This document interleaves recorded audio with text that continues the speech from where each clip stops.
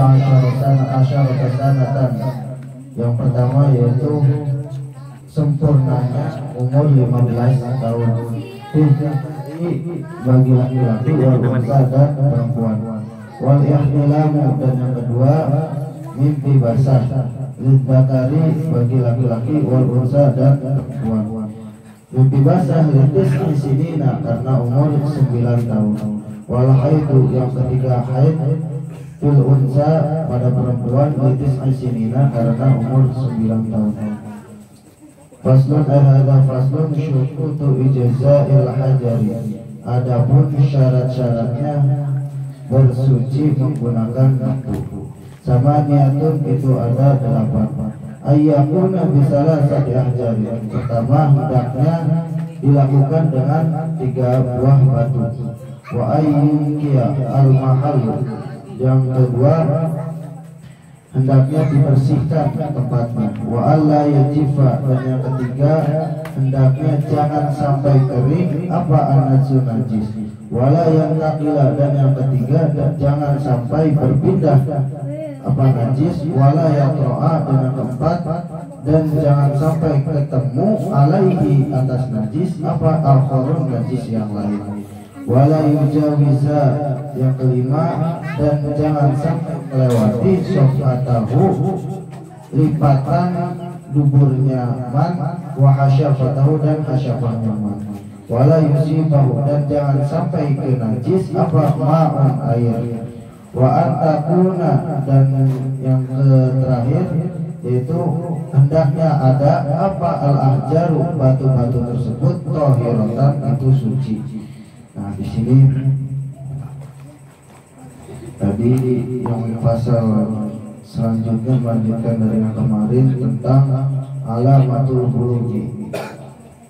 Adapun tanda-tandanya balik, tanda-tandanya balik bagi umat Islam itu yang pertama sempurna umur 15 tahun. Itu pada umumnya yang umum itu sempurnanya umur 15 tahun.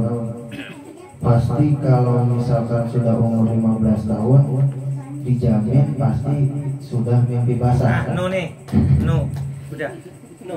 Bola era. Zakari bagi laki-laki dan wal unsa dan juga perempuan. Jadi mimpi basah itu tidak hanya dialami oleh laki-laki, tetapi oleh perempuan juga alami. Nah, yang kedua tanda-tandanya balik yaitu ilmu dan mimpi basah. Nah, ini mimpi basah tidak dari wal unsa bagi laki-laki dan perempuan. Kemudian yang ketiga wal haid fil unsa, ini khusus hanya pada perempuan. Perempuan itu haid biasanya sekitar umur 9 atau 10 tahun sekarang. Mungkin dulu bisa lebih dari umur segitu karena sekarang mah perempuan cepat ya, cepat apa baliknya cepat.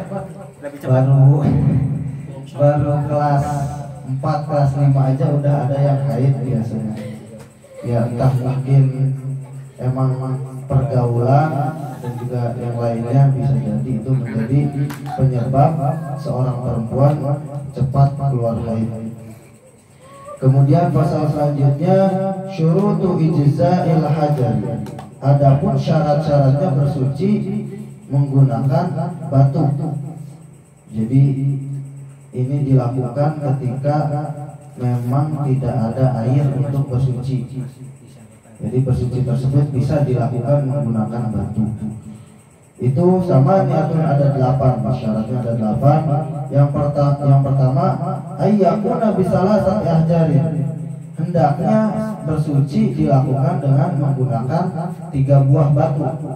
Apabila batu tersebut berbentuk bundar atau yang lain, hendaknya dilakukan dengan 3 buah batu.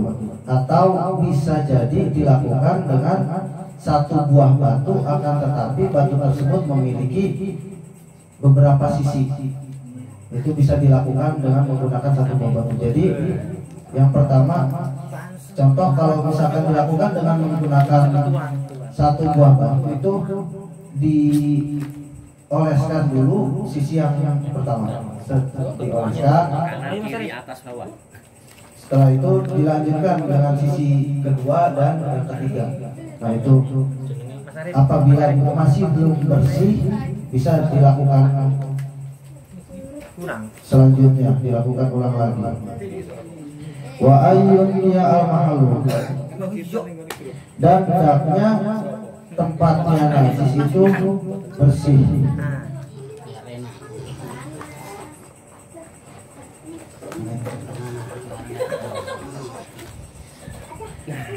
Mantap.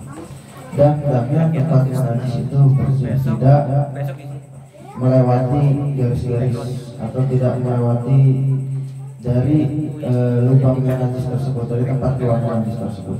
Wa alla yajifa, dan yang selanjutnya itu wa alla yajifa an-najsu, dan jangan sampai najis tersebut kering. Jadi ketika kita telah mengeluarkan hadas, hendaknya segera dilakukan. Misalkan ketika di hutan atau di daerah yang tidak ada air, nah itu sesegera mungkin dilakukan menggunakan batu. Jadi langsung dibersihkan selagi najis tersebut masih basah. Nah ini dilakukan apabila najis tersebut, maksudnya mohon maaf, hadasnya itu bukan mencret gitu ya. Kalau mencret susah. Pakai daun. Kalau mencret susah. Pakai daun juga bisa ya. Cuma di sini yang dijelaskan itu menggunakan batu. Wala jifa'ana, sudah jangan sampai kering najisnya. Jadi sesegera mungkin dibersihkan. Wala yantakila, dan jangan sampai berpindah. An-najsu, najis. Jadi najisnya jangan sampai berpindah tempat.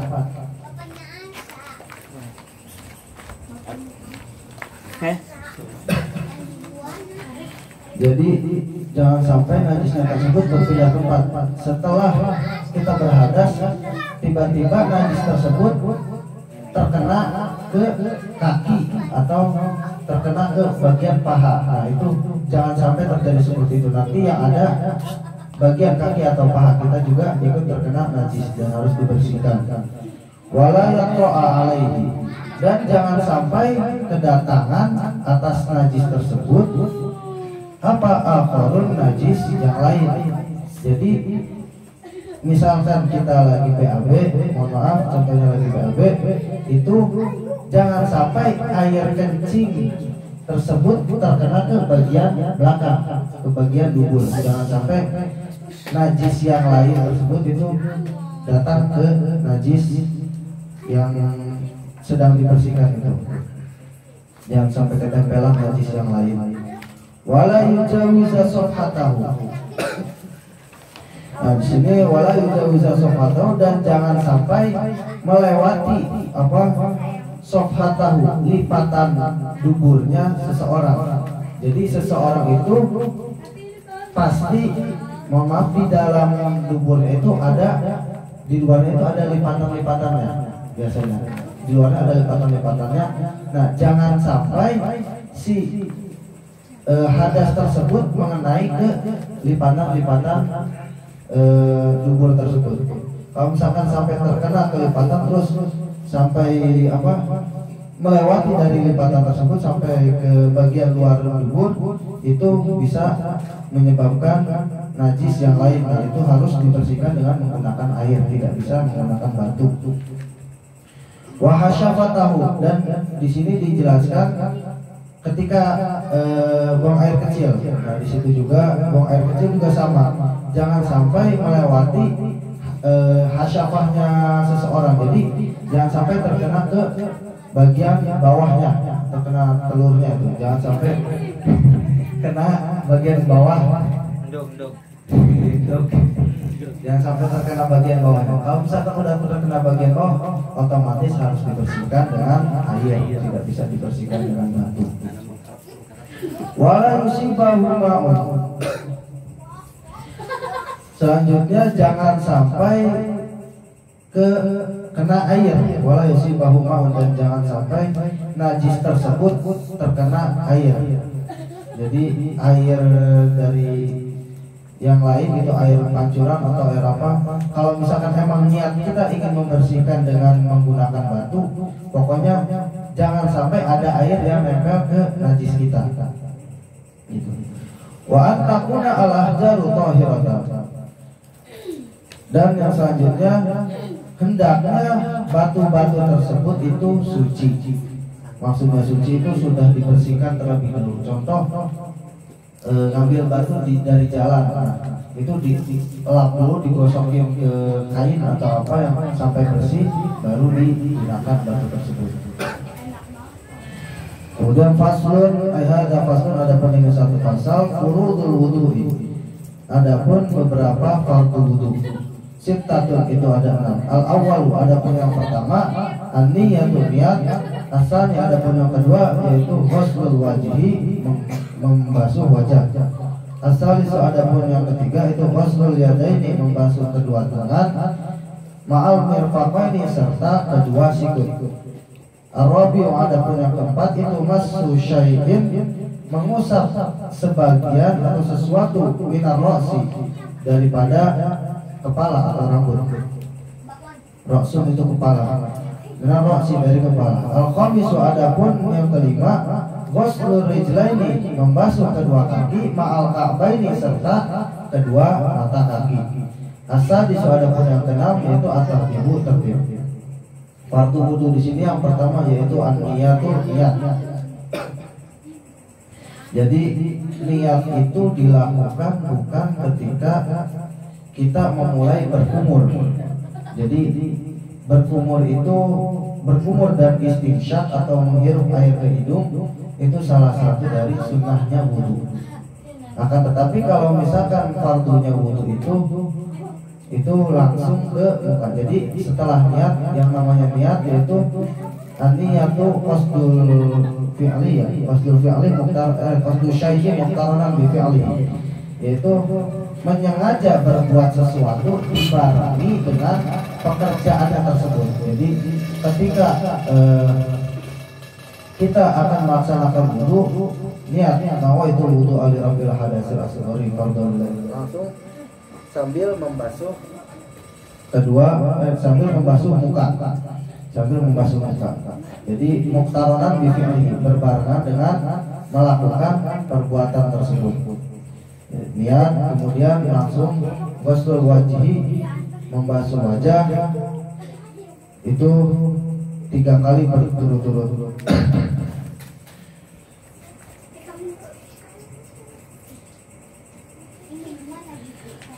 Wa huwa ma baina manabiti sya'ri ra'sihi wa tahta muntaha lihiyatihi. Nah, di sini dijelaskan batasnya wajah itu min manabiti sya'ri ma baina manabiti sya'ri ra'sihi wa tahta muntaha lihiyatihi. Jadi antara pertama tumbuhnya rambut yaitu di sini hingga ke bawah. Akhir dari janggut. Janggut atau dagu gimana? Ya kalau botak ya nggak apa-apa. Ya batasnya dari pertama tumbuhnya rambut, min mana bitisya dari awal tumbuhnya rambut, watah tamu sahani sampai bawah situ itu batas wajah. Kemudian wama baina udunaihi, dan antara dua kuping, maksudnya dari ini di kuping biasanya ada ini. Sampai ya itulah dari sini batasnya kuping sini sampai sebelahnya itu batasnya wajah.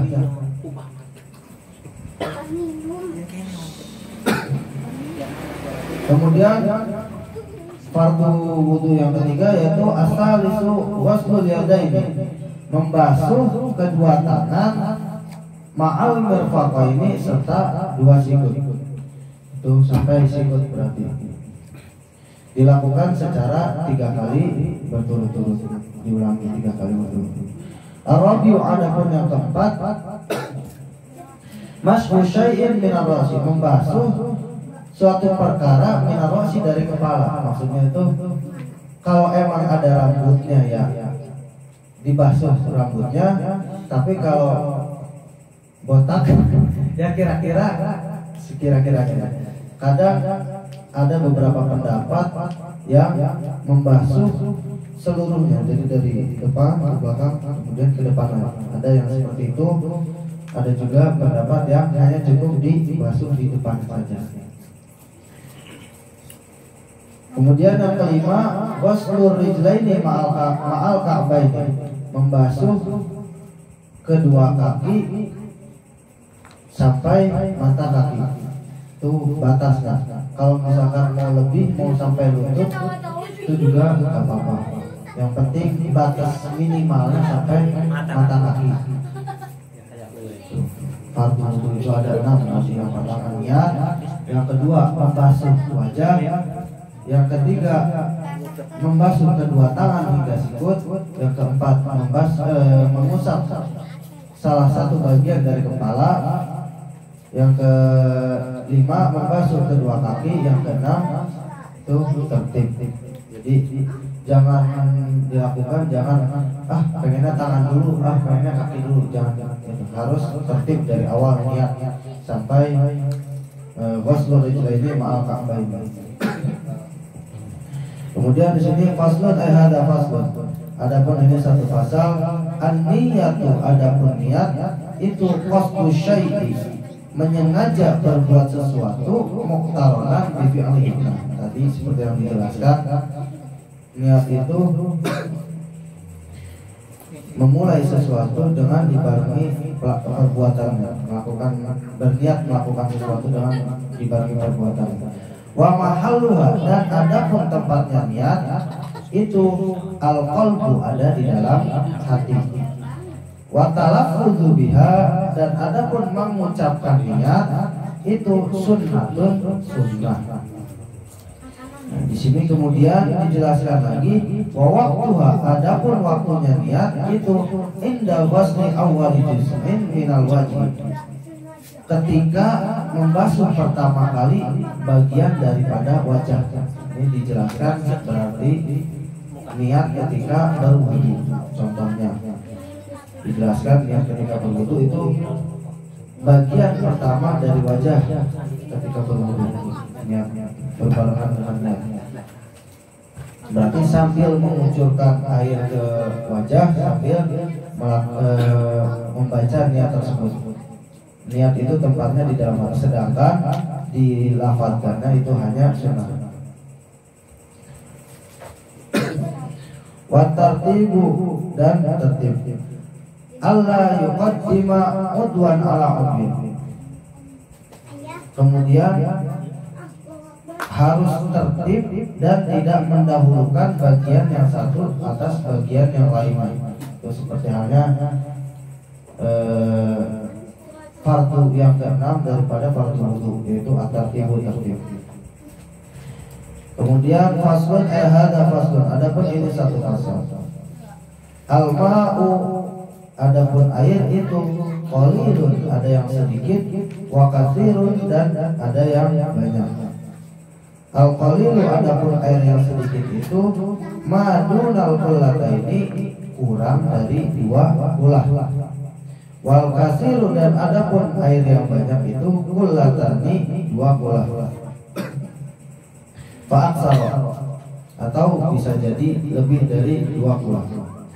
Al-qalilu, adapun air yang sedikit itu yatanajjasu, bisa menjadi najis biwuqu'in najasati, karena sebab kejatuhan najis fihi, di dalam ma'ul qalil.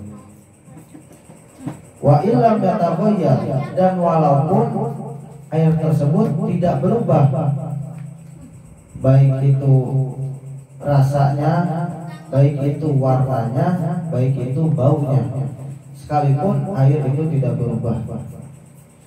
Wal ma'ul katsir, dan adapun air yang banyak itu la yatanajjasu, tidak menjadi najis illa idza taghayyara, apabila berubah apa ta'muhu, rasanya air tersebut, au launuhu, atau warnanya air tersebut, au rihuhu, atau baunya air tersebut. Nah, di sini air yang sedikit itu madunal qullataini, yang kurang dari 2 kulah. Contohnya air yang ada di bak mandi tapi enggak setengahnya lah, setengahnya dari bak mandi, nah itu masih disebut ma'ul qalil. Apalagi cuma air aqua gelas, itu udah jelas ma'ul qalil. Tapi ada pendapat yang membolehkan berwudu apabila airnya tersebut emang cuma ada segitu-gitunya gitu. Contoh satu aqua botol, itu darurat, ketika darurat itu diperbolehkan berwudu asalkan bisa cukup air tersebut. Contoh ketika susah air atau ketika musim kering, atau juga ketika kita berada di padang pasir, ya itu kan susah. Jadi air kita cuma mempunyai hanya memiliki satu botol air. Nah, apabila itu cukup untuk berwudu dan kita posisi kondisinya masih kuat dalam perjalanan tersebut, maka diperbolehkan untuk berwudu air tersebut yang satu botol itu. Tapi apabila air tersebut hanya satu botol dan juga posisi kita udah dahaga, udah gak kuat, maka kita boleh tidak berwudu. Jadi tayamum, kita boleh bertayamum dan mendahulukan meminum air tersebut karena kita menjaga satu nyawa, menjaga nyawa kita. Menjaga nyawa itu hukumnya wajib. Maka kita lebih didahulukan untuk menjaga nyawa kita agar kita kuat dalam perjalanan tersebut. Jadi kita diperbolehkan untuk bertayamum kalau emang airnya hanya sedikit. Wal kasiru, dan adapun air yang banyak itu kullatani 2 bulan, wa aksar ataupun lebih. Nah, batasannya 2 bulan.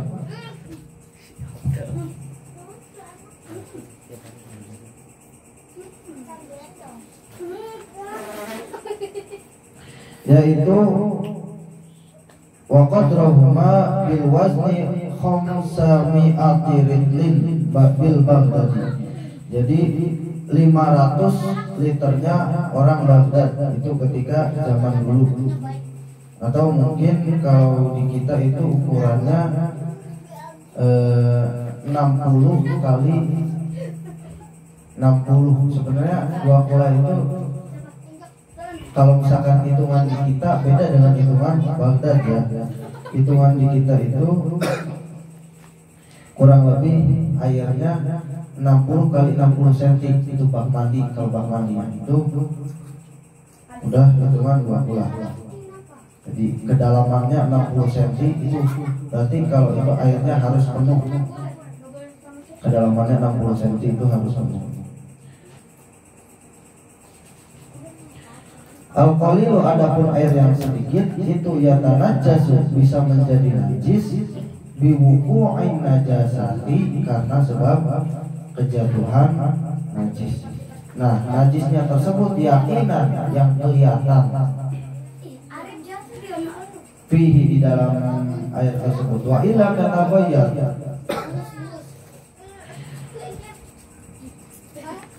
walaupun air tersebut tidak berubah warna.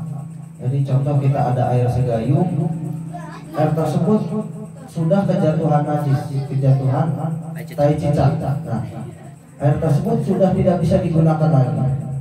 Walaupun kelihatannya airnya masih bening, kelihatannya airnya nggak berubah warna, nggak berubah baunya, enggak, terus rasa airnya juga masih sama gitu. Itu tetap najis karena air tersebut kejatuhan najis dan kurang dari 2 bulan.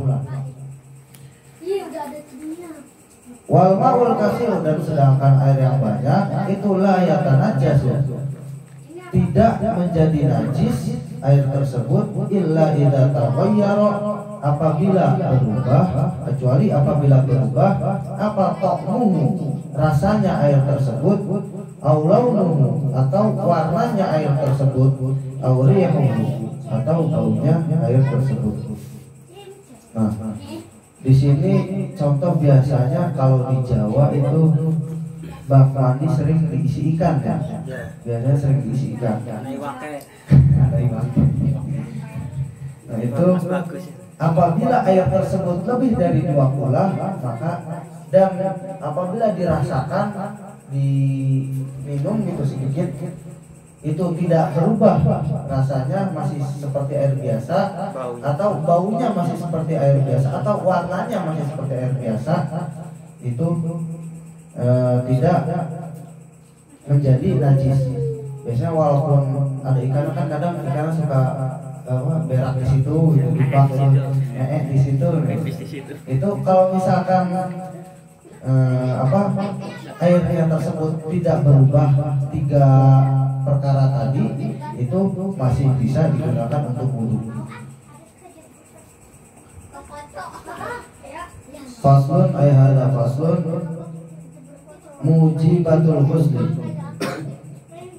Adapun perkara yang mewajibkan mandi sittatun itu ada 6. Yang pertama ilajul hasyafati fil farji.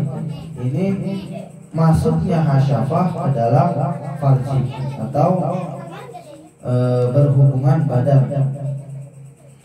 Yang kedua wa khurujul mani dan keluar air.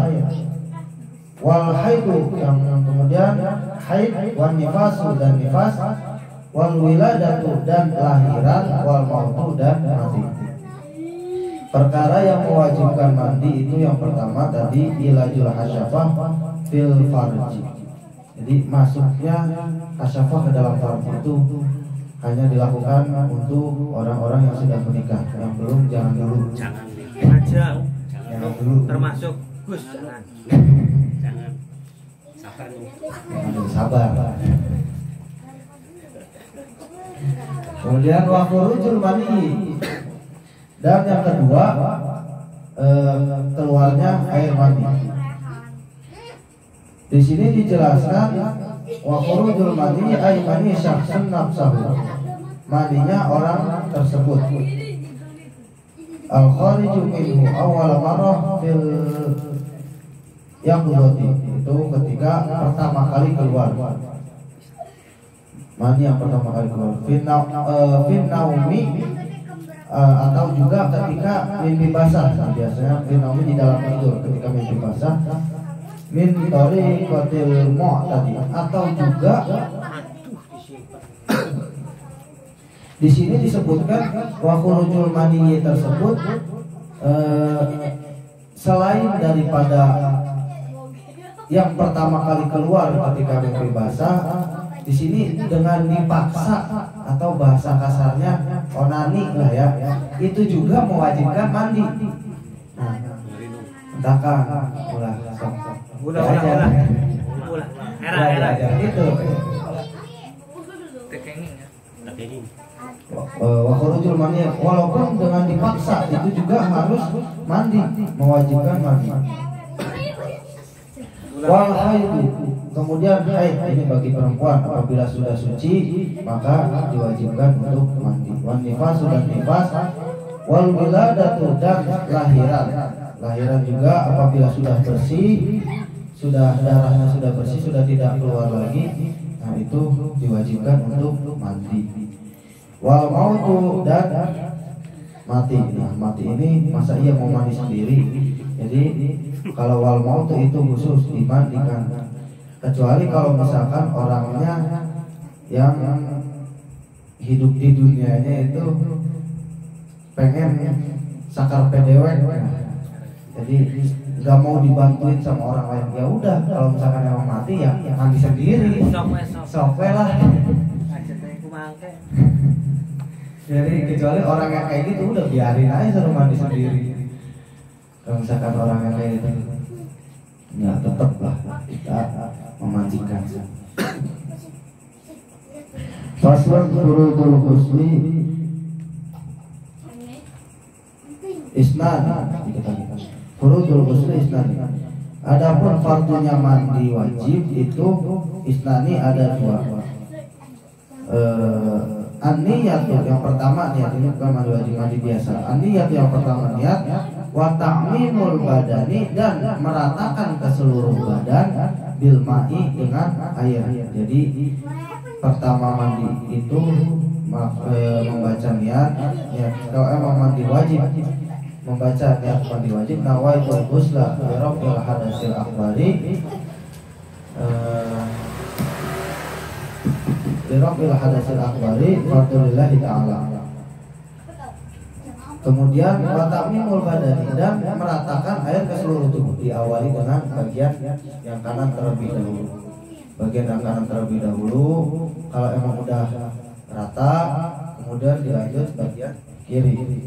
Lanjut bagian kiri, setelah rata semua, baru kita cuci muka. Yang pertama, kemudian baru dilanjutkan dengan dilap dulu, rambutnya dilap dulu supaya rata dulu, baru kalau udah rata semua baru mandi seperti biasa.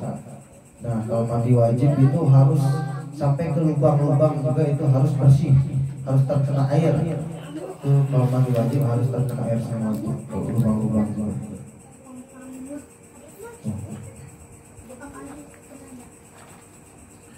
Faslun syurutul wudu'i asyaratun wallahu a'lam. Al-Fatihah.